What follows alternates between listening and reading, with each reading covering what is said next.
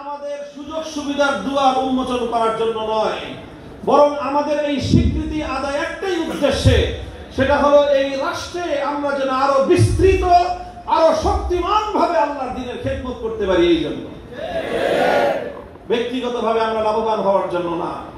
আমাদের কওমি মাদ্রাসার শিক্ষার্থীরা তারা আর্থিকভাবে অথবা তারা পার্থিবভাবে আরো বেশি এখান থেকে সুযোগ সুবিধা পাবে, এটা আমাদের মুখ্য কোনো উদ্দেশ্য নয়। আমাদের মুখ্য উদ্দেশ্য হলো আমরা কওমি মাদ্রাসায় চেষ্টা করি আমাদের সন্তানদেরকে একটা নির্ভুল এবং ইসলামের প্রকৃত চেতনার শিক্ষা দিতে।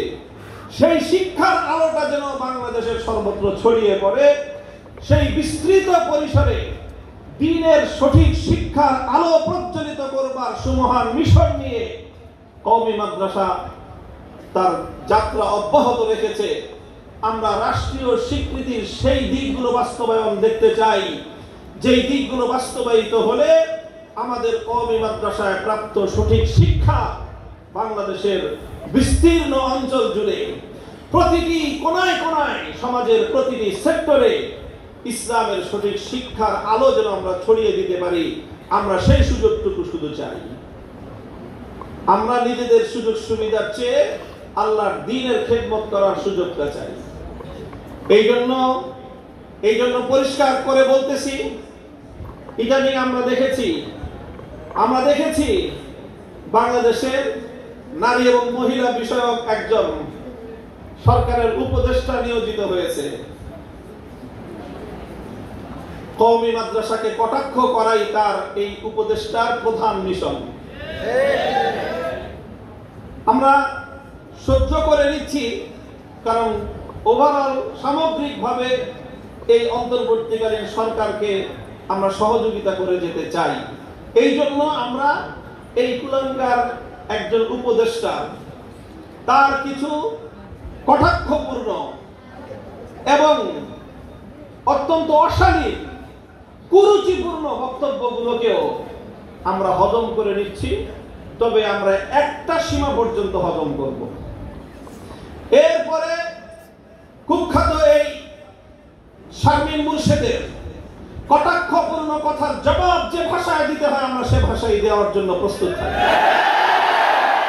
কওমি মাদ্রাসার যে বিচ্ছিন্ন দুই চারটি ঘটনাকে কেন্দ্র করে গোটা কওমি মাদ্রাসাকে তিনি যেভাবে কটাক্ষ করেছেন তার জবাব দেওয়ার ভাষা আমাদের জানা আছে, তবে সেই ভাষা আজকের জন্য সংযত রাখলাম। যদি প্রয়োজন হয় সেই ভাষায় জবাব দেওয়ার জন্য ইটের জবাব পাথর দিয়ে দেওয়ার মতো ভাষা এবং তার সেই কৌশল এবং সেই আঙ্গিক আমাদের জানা আছে। আল্লাহ পাক রব্বুল আলামিন কওমি মাদ্রাসাকে হেফাজত করেন। কওমি মাদ্রাসা প্রতিষ্ঠার উদ্দেশ্যে এই মাদ্রাসাগুলোকে আল্লাহ পাক রব্বুল আলামিন অবিচল অটুট থেকে পাহাড়ের মতো দৃঢ় এবং অবিচ্ছেদ্য থেকে সামনের দিকে অগ্রসর হওয়ার তৌফিক দান করেন। সুস্পষ্ট ভাষায় আমরা বলতে চাই, আমি আবারও কওমি মাদ্রাসার রাষ্ট্রীয় সনদের যে সেই স্বীকৃতির কিছু কিছু ক্ষেত্রে বাস্তবায়নের জন্য ইতিমধ্যে আমাদের মুরব্বীদের পক্ষ থেকে, আল হায়াতুল আউলিয়া এবং ওয়াফাকুল মাদারিসের পক্ষ থেকে রাষ্ট্র, সরকার এবং দেশের সুশীল সমাজের কাছে আমাদের চাওয়াগুলো সুস্পষ্ট ভাষায় তুলে ধরা হয়েছে। তার মধ্যে অন্যতম একটা হলো এই যে বাংলাদেশের জাতীয় শিক্ষা ব্যবস্থা স্কুল, কলেজ, ইউনিভার্সিটি লেভেল পর্যন্ত যে শিক্ষা ব্যবস্থা সারা দেশে পরিচালিত হয় এবং রাষ্ট্রীয় অর্থায়নে পরিচালিত হয়, এবং সেই রাষ্ট্রীয় অর্থায়নে আমাদের ঘাম ঝরানো ট্যাক্সের পয়সাও ব্যয়িত হয়। এই কথাটাও আরেকটা কথা বলে রাখি, সমাজের কিছু মানুষ আছেন ওনারা আমাদের কওমি মাদ্রাসার ছাত্র শিক্ষকদেরকে কটাক্ষ করে বলে, যাকাত খাও, ফিতরা খাও, বড় বড় কথা বলে না?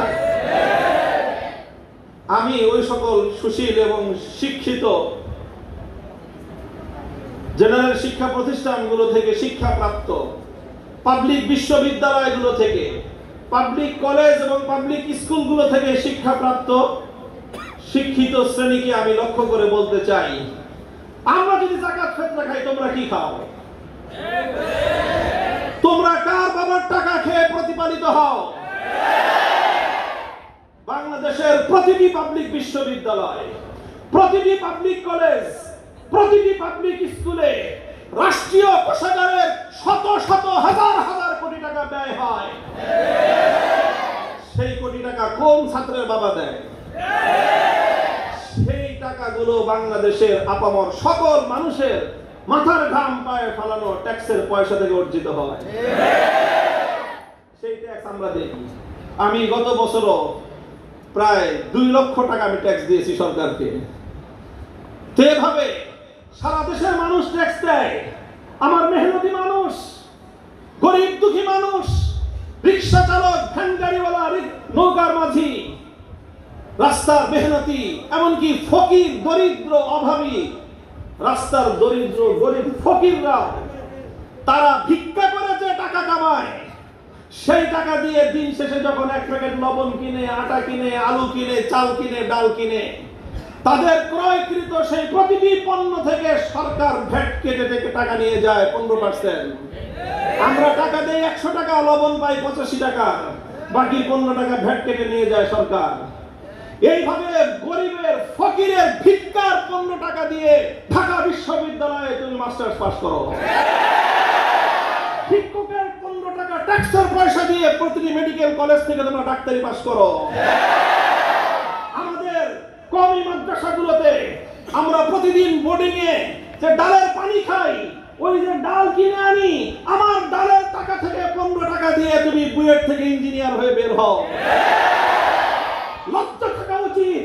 আমার টাকা দিয়ে পালিত হয়ে তুমি আমাকে বলো জাকাত খাই।